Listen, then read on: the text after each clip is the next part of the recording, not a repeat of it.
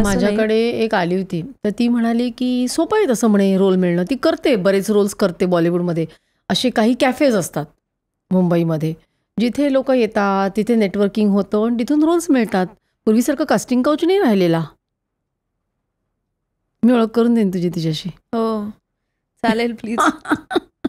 मी आपली कॅफेमध्ये जाऊन मुलांना भेटत राहिले, इकडे कास्टिंग होत होतं, मी मॅट्रिमोनियलच्या मुलांना भेटत राहिले. पण असू दे, तू फेमस आहेस, तुला भरपूर फॅन्स आहेत आणि एक इंस्टाग्रामची पण एक वेगळी आयडेंटिटी आहे. मी तुझी एक फॅन झालेली आहे कालपासून. थँक्यू. तर मला सांगा, अशा फॅन्सच्या काही क्रेझी मोमेंट्स आहेत का इन्स्टावरच्या? नाही, कुठल्याही. हल्ली असं होतं ना की पेंटिंग्स किंवा स्वतः केलेल्या गोष्टी आणि हे खूप भेट म्हणून देतात. आणि मला खरंच छानच वाटतं. कुणाला नाही आवडणार यार की तुमच्यासाठी कोणीतरी पर्सनलाइज्ड काहीतरी गिफ्ट देत आहे. बट प्रॉब्लेम तेव्हा होतो की असं खूप ऑनेस्ट रिॲक्शन एकदम नाही देता येत यार. की एखादं स्केच असेल की ज्याच्यामध्ये मला वाटत असेल की ही माझ्यासारखी फारशी दिसत नाहीये, हां छान आहे थँक्यू असं म्हणावं लागतं. कारण ते फॅन्स इतके जेन्युइनली आलेले असतात, त्यांनी वेळ दिलेला असतो. सो असं पण होतात गोष्टी.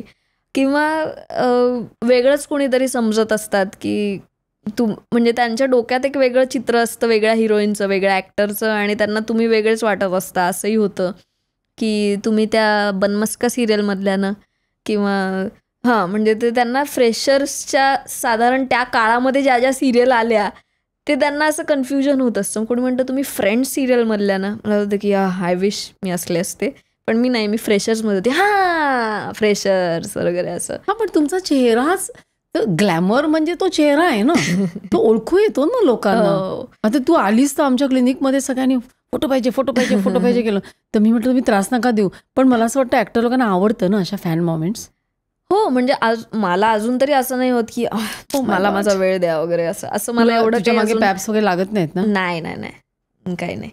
तर इन्फॉर्म नाही करत, मी चालले साताऱ्याला, मी आता इथे आहे, मी तिथे आहे. त्या पॅप्सना कुठे बोलवू मी? त्या ब्लाब्ला कारला वाल्याला जिथे मी भेटते तिथे यावं लागेल त्यांना. शेअर कॅबने मी ट्रॅव्हल करते, कुठे त्या पॅप्सना बोलवू? त्यांना फॅन्सी काहीतरी पाहिजे ना, की जे एअरपोर्ट लुक पाहिजे, हे पाहिजे. मी आपली हायवेवरती जाऊन शेअर कॅब कुठे पोहोचलात, ह्या चौकात का, ओके मी येते वगैरे असं करून मी हसल करत असते. तिथे येऊन माझं हसं होईल.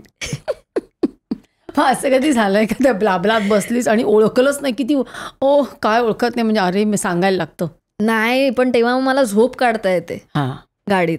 नाही तर मग इंटरव्ह्यू सुरू होतो, पॉडकास्ट सुरू होतं. म्हणजे रोज तुझे पॉडकास्ट चालतात ब्लाब्लामध्ये की ते वाटतात की यू आर दॅट पर्सन. ज्याचं हिंदी भाषिक असेल तर मग त्यांना असं काहीतरी वेगळं, अच्छा you work in acting industry, मग ते कसं असतं हे असं वगैरे, असं सगळे खूप मग प्रश्नांची सरबत्ती सुरू होते. जे की ठीकच आहे, काय नाही. पण असं ना, ॲक्टर म्हटलं ना की असं खूप ग्लॅमरस आहे, भरपूर पैसे आहेत, असे सगळे गैरसमज असतात. तुला काय वाटतं? आहेत पैसे ज्यांच्याकडे असायचे त्यांच्याकडे पैसे आहेत, नाही असं नाही आहे काही. पण असं ते ॲक्च्युली हे जेव्हा मी कारपूल ॲपने किंवा कारपूल पद्धतीने जेव्हा मी ट्रॅव्हल करते तेव्हा मला इंटरेस्टिंग यासाठी वाटतं, कारण लोकांचे खूप मला असे वेगळे मिसकन्सेप्शन्स कळतात त्यातनं. की एरवी कसं आपण ठराविक सेट ऑफ पीपलला भेटत असतो, त्यांचे विचार जाणून घेत असतो, पण यू वोंट बिलीव्ह की लोकांना खूप एक्स्ट्रीम लेवलचे काहीतरी गैरसमज असतात की त्यांना एक तर खरंच मिळत, पण तुम्ही का कारपूल ॲपने फिरताय, तुम्ही का? म्हटलं का मी नाही पैसे वाचवायचे का, मला पण सोयीचं जातं, हे पटकन पोचतो आपण, हे होतं. सो वाटत असतं त्यांना की खरं तर आपलं आयुष्य खूप ऐशो आरामात चाललेलं असतं किंवा आपण अतिशय सिक्युअर लाईफ जगत असतो. पण असं काही नसतं खरं तर, की नॉट दॅट आम्ही काही असे खूप एक्स्ट्रॉर्डिनरीली वेगळे आहोत आणि एक्स्ट्रॉर्डिनरीली कॉमन लाईफ जगतोय.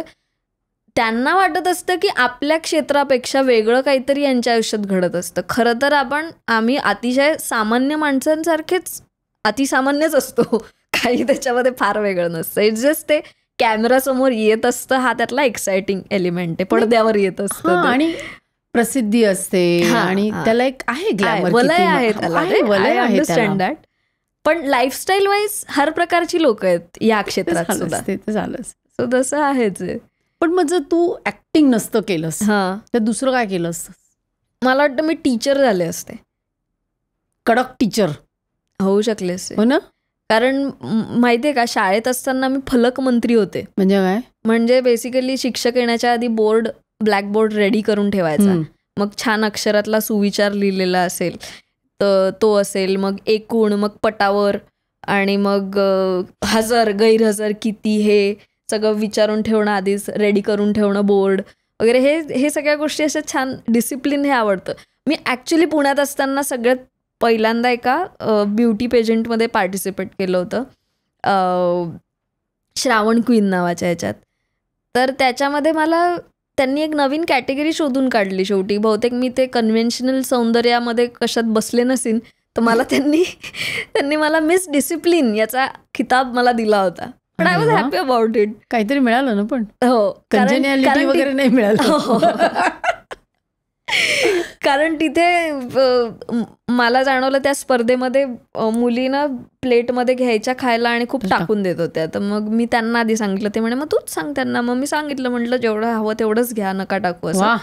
सो थोडक्यात मला असं वाटतं की टीचरचा डिसिप्लिन हा मुद्दा आहेच आहे, पण इन जनरल कम्युनिकेशनवाला जो एलिमेंट आहे, किंवा मला असं खूप वाटतं की टीचरवरती खूप मोठी आपल्या याच्यात जबाबदारी आहे, की आपण जे आता म्हणतो की मराठी भाषा का पोचत नाही, किंवा ते रुजवणार कसं मनामध्ये. तुम्ही जबरदस्ती मराठी बोल असं करून कसं होणार आहे, मला खरंच नाही माहिती. मराठी म्हणजे एकदम मोठा मुद्दा झालाय वादग्रस्त.